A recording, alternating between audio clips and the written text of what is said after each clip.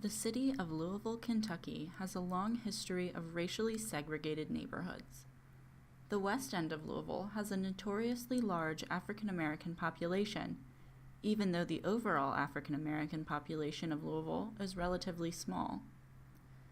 Louisville remained segregated in the 1950s and 1960s for a few main reasons.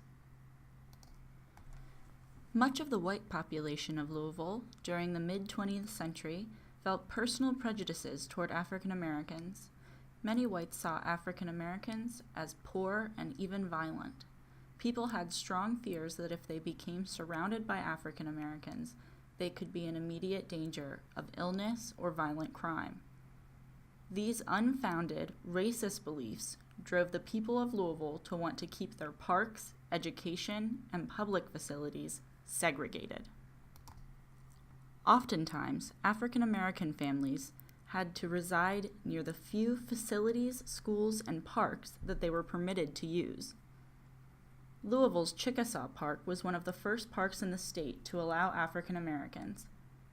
The park was the only African American park in Louisville until all parks were desegregated in the year 1954.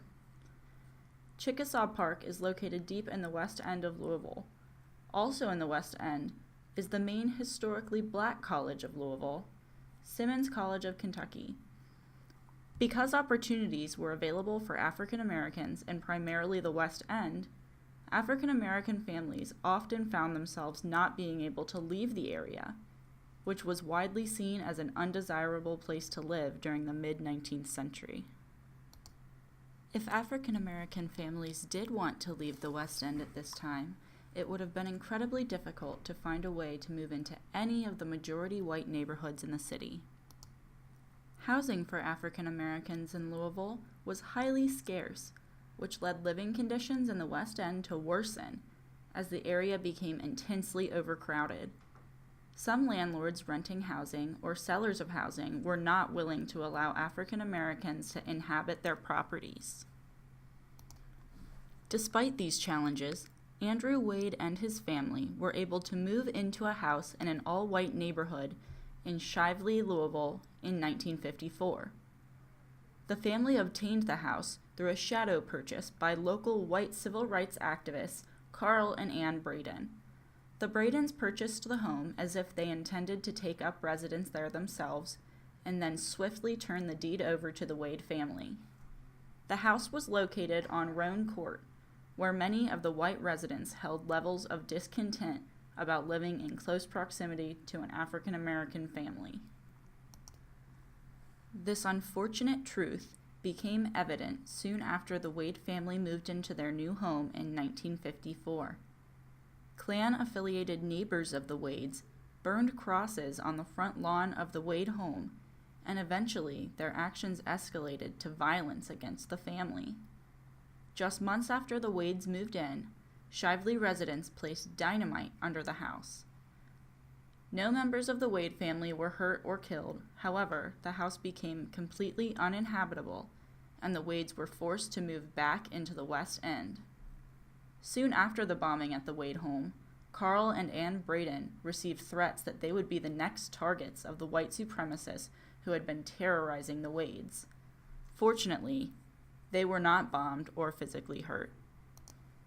The perpetrators of these racially motivated crimes never faced the consequences for their unlawful actions.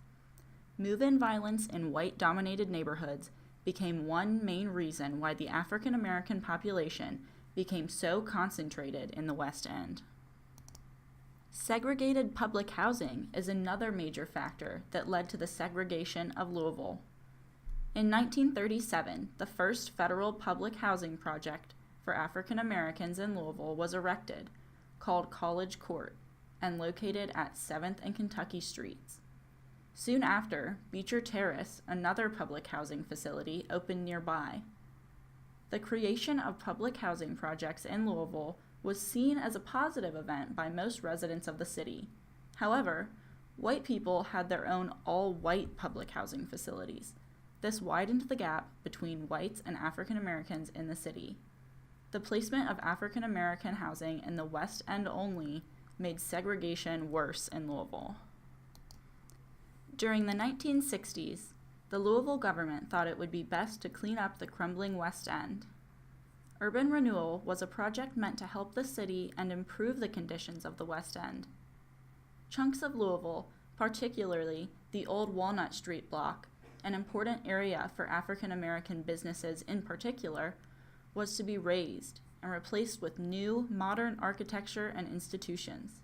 However, the razing was high-scale and many beautiful buildings were destroyed without regard to their historic value. This dramatically changed the physical landscape of the West End of Louisville. However, the goals of the project were not fully achieved. All of these factors leading to housing segregation stem from an old, racist fear and prejudice held against African Americans. To this day, the conditions of the West End are often inadequate and undesirable. Civil rights activists such as the Wade family, the Bradens, and Charles Parrish, among countless others, worked through the mid-20th century in order to improve civil rights in Louisville and make it a better place to live.